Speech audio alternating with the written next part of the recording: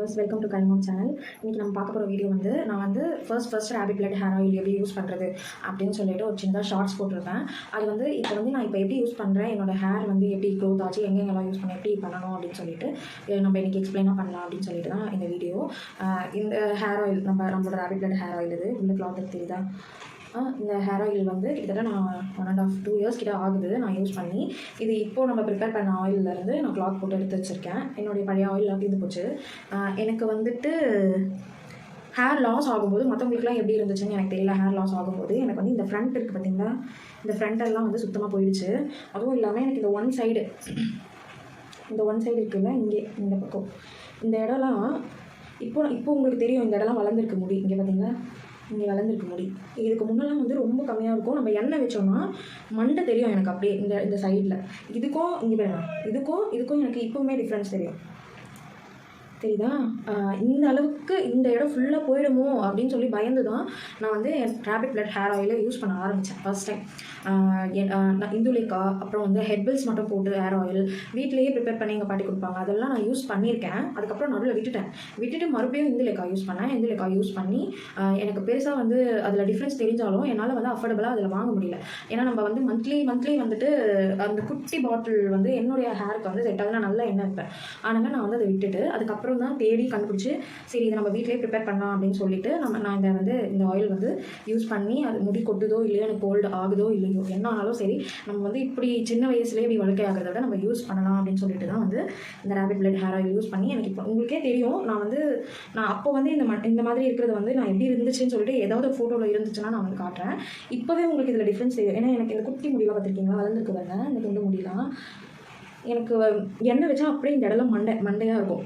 இப்போ எனக்கு வளர்ந்துருக்கு. இதுக்கெல்லாம் காரணம் வந்து நம்ம ரேபிட் பிளட் ஹேர் ஆயில் தான். நிறைய பேர் கேட்குறீங்க வீட்டிலேயே யூஸ் பண்ணாமல். நான் வீட்டில் தான் யூஸ் பண்ணி வீட்டில் யூஸ் பண்ணுறவங்க ரேபிட் பிளட் வந்து நீங்கள் எங்கே கிடைக்குமோ அவங்க கேட்டு வாங்கி ஹெர்பல்ஸ் போட்டு யூஸ் பண்ணுறீங்களோ இல்லை உங்களுடைய விருப்பம் நீங்கள் வந்து அப்படியே எண்ணெயில் சூடு பண்ணி போட்டு யூஸ் பண்ணுறீங்களோ அது இது பண்ணுங்கள். நம்மளும் சேல்ஸ்க்கு வச்சுருக்கோம் 200 ml சொல்லிட்டு. நீங்கள் வந்து வேணும் இந்த ஆயில் வேணும் அப்படின்றவங்க வந்து எனக்கு யூடியூப்பில் வாட்ஸ்அப் நம்பர் பார்த்து வாட்ஸ்அப் பண்ணுங்கள். யூடியூப்பில் கம்யூனிட்டி டேப்பில் போட்டிருக்கேன்.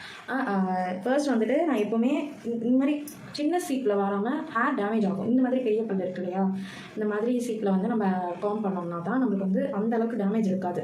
நம்மளுக்கு வந்து இது நான் வந்து 10 டேஸ்க்கு அப்புறம் இப்போ தான் வந்து நான் ஹேர் வாஷ் பண்ணியிருக்கேன். எனக்கு பயங்கரமாக மறுபடியும் எனக்கு ஹேர் லாஸ் ஆகுது. ஆல்ரெடி ஃப்ளாக்ஸீட் ஜெல் போட்டு எனக்கு ஹேர் லாஸ் ஸ்டார்ட் ஆகிடுச்சு. இப்போது 10 டேஸாக நான் வந்து உடம்பு முடியாமல் இருந்து இப்போ ரீகெயின் ஆகி நான் நேற்று தான் ஹேர் வாஷே பண்ணேன். 10 டேஸ்க்கு அப்புறம் ஹேர் வாஷ் பண்ணதுக்கப்புறம் இன்றைக்கி நான் ஹேர் ஆயில் வைக்கிறேன். எனக்கு எவ்வளோ ஹேர் வரும்னே தெரியல ஹேர் லாஸில். எனக்கு அதுவே ஒரு பக்கம் பயமாக இருக்குது. இந்த மாதிரி ஒரு நல்ல பெரிய பல் இருக்கிற அந்த சீப்பாக பார்த்து ஃபஸ்ட்டு சிக்கு எடுத்துக்கோங்க நல்லா. ஏன்னா நம்ம வந்து ஹேர் ஆயில் வச்சதுக்கப்புறம் நம்ம தலையில் சீப்பு போடக்கூடாது. தயவு செஞ்சு யாரும் அந்த தப்பு பண்ணிடாதீங்க. மண்டையில் இருக்க அத்தனை முடியும் வந்துடும் எண்ணெய் வச்சதுக்கப்புறம் நம்மளுக்கு. ஏன்னா ரொம்ப ஒரு மாதிரி அது வீக்காக ஆன மாதிரி ஆகிடும். அது ஊற தான் வந்து நம்மளுக்கு வந்து ஹேர் வந்து ஸ்ட்ராங்காக ஆகும். இப்போ வந்து நான் ஃபுல்லாக சிக்கு எடுத்துட்டேன். எனக்கு கோல்டு உடம்பு அப்படின்றதுனால நான் இப்போலாம் வந்து நைட்டில் ஹேர் ஆயில் வைக்கிறத அவாய்ட் பண்ணிட்டேன். இப்போலாம் வந்து நான் அந்த மாதிரி மதியம் டைமில் காலையில் குளிக்க போகிறதுக்கு முன்னாடி அப்போவே வச்சிடுறேன் ஹேர் ஆயில். நைட்டில் வைக்கிறதே இல்லை. ஃபர்ஸ்ட் எடுத்த உடனே நான் வந்து என்னோடய ஃபோர்ஹெட் எனக்கு எங்கே அதிகமாக பாதிக்கப்பட்டிருக்கோ அங்கே தான் வைப்பேன். எடுத்த உடனே நான் ஃபுல் ஹேருக்கும் அப்ளை பண்ண மாட்டேன். எனக்கு இந்த இடம் தான் வந்து தெரியுதா, இந்த இடம் தான் வந்து ஹேர் லாஸ் ஆகும்போது ரொம்ப பாதிக்கப்பட்ட இடம். அதனால் எப்போவுமே ஹேர் ஆயில் வைக்க ஆரம்பித்ததும் நான் இங்கே தான் வைப்பேன். அப்புறம் இந்த சைடு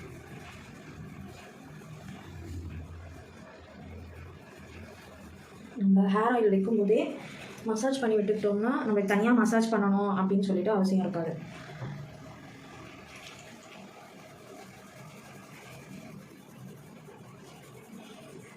இப்போ தான் நம்ம சென்டரில்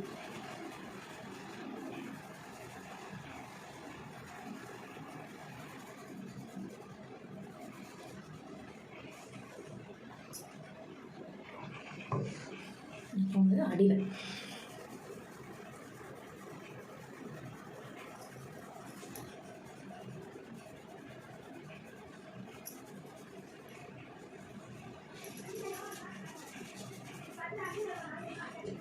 நான் ஸ்கூல் படிக்கும்போது தான் எங்கள் பாட்டி தான் வந்து எனக்கு தலையில் ஹேர் ஆயில் வைப்பாங்க. நான் ஹேர் ஆயில் வச்சுட்டு போனாலே எல்லாரும் எனக்கு இது பண்ணுவாங்க. கிட்டத்தட்ட நான் காலேஜ் முடிக்கிற வரைக்குமே. ஏன்னா என் மண்டையில் அவ்வளோ எண்ணெய் இருக்கும். அப்படியே சடை போட்டு பின்னுனாங்கன்னா அந்த எண்ணெயை ஒழுகி ஊற்றுற அளவுக்கு எங்கள் பாட்டி எண்ணெய் ஊற்றுவாங்க. அந்த எண்ணெய் அப்படியே ஒரு வாரத்துக்கு நம்ம திரும்ப திரும்ப எண்ணெய் வைக்க வேண்டிய அவசியம் இருக்காது. அந்த அளவுக்கு எங்கள் பாட்டி வந்து எண்ணெய் வைப்பாங்க. என் மண்டையில் அப்படியே டைட்டாக இறுக்கி போடுவாங்க ஜடை அவங்க போடுறது. நானாக வாங்கினா கொஞ்சம் லூஸாக தான் போடுவேன். அவங்க தலை வாங்கினாங்கன்னா ரொம்ப அப்படி டைட்டாக இருக்கும் பின்னல். அப்படிலாம் போட்டதுனால தான் எனக்கு நல்லா ஹேர் இருந்துச்சு. அதுக்கப்புறம் எப்பவும் போல் நம்ம அதையும் இதையும் போட்டு ஹேரை நம்மளுக்கு எடுத்துப்போம்.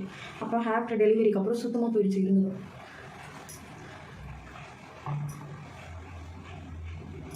இப்போ தான் கொஞ்சம் பழையபடி வளருது. ஆனால் திக்னஸ் தான் இன்னும் வரல. அதுவும் இப்போ கொஞ்சம் கொஞ்சம் எனக்கு நல்லா டிஃப்ரென்ஸ் தெரியுது திக்னஸில் கூட. நம்ம எந்த ஒரு ஹேர் ஆயிலாக இருந்தாலும் சரி, நம்மளோட ரேபிட் பிளட் ஹேர் ஆயில்னு இல்லை, எந்த ஒரு ஹெர்பல்ஸ் ஹேர் ஆயிலாக இருந்தாலுமே நம்ம ரெகுலராக யூஸ் பண்ணணும்.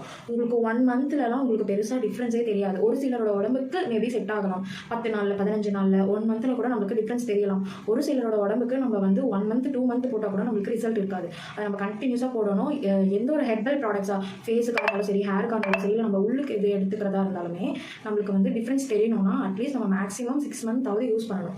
ஒரு 6 மாதமாவது தொடர்ந்து உங்களுக்கு அந்த ப்ராடக்ட் யூஸ் பண்ணால் தான் உங்களுக்கு வந்து அந்த டிஃப்ரென்ஸ் தெரியும். நிறைய பேர் கேட்குறீங்க, ஹேர் திக் ஆகுமா, ஹேர் லாஸ் இருக்குமா? எனக்கு ஹேர் லாஸ் இருக்குது, ஆயில் போட்டோம், எனக்கு பெருசாக டிஃப்ரென்ஸ் எல்லாம் தெரியாது. எப்படி தெரியும்? ஒரு சிலர் உடம்புக்கு தான் தெரியும், ஒரு சிலர் உடம்புக்கு நமக்கு தெரியாது. அதனால் உங்களுக்கு வந்து கோல்டு ஆகுது ஆகலை, ஹேர் லாஸ் இருக்குது இல்லை, எந்த ஒரு ஹேர் ஆயில், எந்த ஒரு ஹெர்பல் ப்ராடக்ட் ஃபேஸுக்கு ஹேருக்குன்னு எதுவாக இருந்தாலும் நீங்கள் வந்து கண்டினியூஸாக ஒரு 6 மந்த்துக்கு போட்டு பாருங்கள். அதுக்கப்புறமும் உங்களுக்கு டிஃப்ரென்ஸ் தெரியலனா தான் நீங்கள் வந்து ப்ராடக்ட்டை சேஞ்ச் பண்ணுறதா இருந்தாலும் சரி, இல்லை அந்த ப்ராடக்ட்டை விடுறதா இருந்தாலும் சரி, நீங்கள் அதுக்கப்புறம் தான் வந்து முடிவு பண்ணணும். எனக்கு வந்துட்டு சென்சிட்டிவ் ஃபேஸ்லேயும் சரி, எனக்கு சென்சிட்டிவ் ஸ்கின்னு, ஹேருமே வந்துட்டு எனக்கு டக்குன்னு வளராது.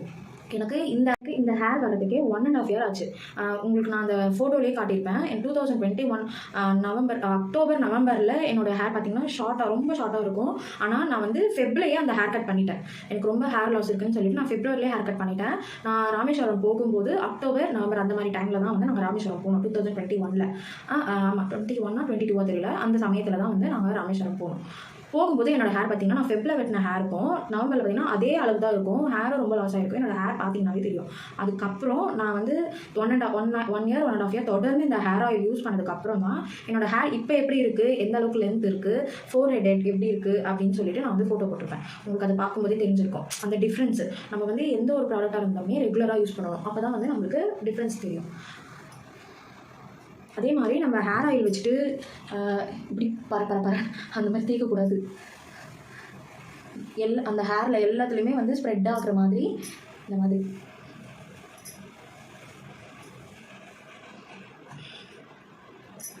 பரவாயில்ல. 10 daysக்கு அப்புறம் ஹேர் வாஷ் பண்ணி ஆயில் வச்சோம், ஓரளவுக்கு நம்மளுக்கு ஹேர் லாஸ் ஆகலை, ஓரளவுக்கு கண்ட்ரோலாக தான் இருக்குது. பார்ப்போம், ஆஃப்டர் ஹேர் ஆயில் வச்சு நம்ம தலை சீவும்போது தான் தெரியும். சீப்பு போட்டு வாரும்போது இப்போவே கொஞ்சம் கம்மியாக தான் இருக்குது. நான் ரொம்ப எக்ஸ்பெக்ட் பண்ணேன் கொத்தா வந்துடுமோ அப்படின்ட்டு. எனக்கு வந்து ஹேர் கட் பண்ணுற டைமும் வந்துருச்சு. பார்த்தீங்களா, முடி ஹேர் கட் பண்ணுற டைமும் வந்துருச்சு எனக்கு.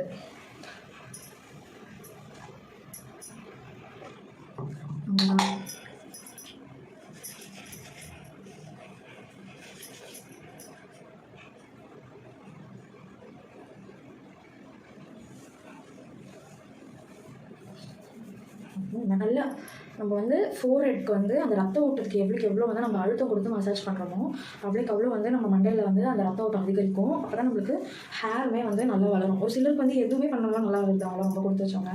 நம்மள மாதிரி அவங்க வந்து ரொம்ப கஷ்டப்பட வேண்டியதாக இருக்குது. எனக்கு நார்மலாகவே அப்போ முடி எனக்கு நல்லா இருக்கும் போதே முடி எனக்கு ரொம்ப ஸ்லோவாக தான் வளரும், கடகடன்னு வளரும். என்னோட சிஸ்டருக்கு நல்லா வளரும், அவங்களுக்கு ரொம்ப சீக்கிரமாக வளரும். ஹேர் ஆயில் வச்சாலும் வைக்கலனாலும் நம்மளுக்கு அப்படி கிடையாது. எனக்கு வந்து நார்மலாகவே ஸ்லோவாக தான் வளரும். இப்போ கொஞ்சம் பரவாயில்ல, நல்லாவே டிஃப்ரென்ஸ் இருக்குது. இப்போ தான் ஒரு 3-4 மந்த்துக்கு முன்னாடி வந்து நான் ஸ்ப்ளிட் எண்ட்ஸ்லாம் எடுத்துகிட்டு கட் பண்ண ஹேரு பரவாயில்ல, இப்போ கொஞ்சம் வளர்ந்துருக்க மாதிரி தான் இருக்குது.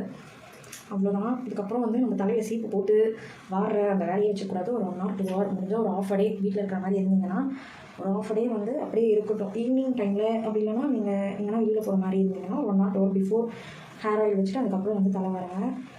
அதான் வந்து நம்ம கொஞ்சம் மாதிரி ஒரு தூக்கி ஒரு கொண்டு போட்டு அவ்வளோதான் நம்ம ஹேர் ஆயில் நம்ம தலைக்கு வைக்கிற வேலை முடிஞ்சிச்சு.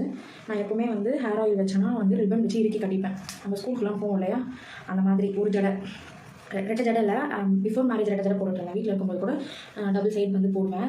அப்போல்லாம் எனக்கு ஹேர் ஓரளவுக்கு நல்லா தான் இருந்துச்சு. இப்போ வந்து ஒன் சைடு தான் போட்டுட்ருக்கேன். எப்போவுமே ஹேர் ஆயில் வச்சா நான் வந்து மடிச்சு கட்டிடுவேன். அப்படி இல்லைனா ரப்பர் பேண்ட் போட்டாவது மடிச்சு கட்டிடுவேன். எனக்கு வந்து அது ஒரு பழக்கம். ஆக்சுவலாக வந்து அப்படி பண்ணுறது ரொம்ப நல்லது நம்ம ஹேருக்கு. எனக்கு இவ்வளோ தான் வந்திருக்கு இந்த 10 டேஸில். பரவாயில்ல இல்லையா? எந்த ஒரு ப்ராடக்டாக இருந்தாலுமே நான் சொன்ன மாதிரியே திரும்ப சொல்கிறேன். கமெண்ட்டில் நிறைய பேர் கேட்குறீங்க, அதனால் நான் உங்களுக்கு திரும்ப சொல்கிறேன். இந்த ப்ராடக்ட்னு இல்லை, எந்த ஒரு ப்ராடக்ட் வீட்லேயே வேறு ஏதாவது ஒரு ஆயில், வேம்பாலம்பட்டை அந்த மாதிரி கறிவேப்பிலை ஆயில் அந்த மாதிரி எது போடுறதா இருந்தாலும் ஒரு 6 மந்த்துக்கு தொடர்ந்து போட்டால் தான் உங்களுக்கு வந்து ரிசல்ட் தெரியும். இந்த ஹேர் ஆயில் வீடியோ வந்து எப்படி அப்ளை பண்ணணும் அப்படின்னு சொல்லிட்டு நிறைய டிப்ஸும் சொல்லிப்பேன் நினைக்கிறேன். இந்த வீடியோ உங்களுக்கு பிடிச்சிருந்ததுன்னா லைக் பண்ணுங்கள், ஷேர் பண்ணுங்கள், மறக்காமல் சப்ஸ்கிரைப் பண்ணுங்கள். உங்கள் சப்போர்ட் எனக்கு வேணும். தேங்க்யூ.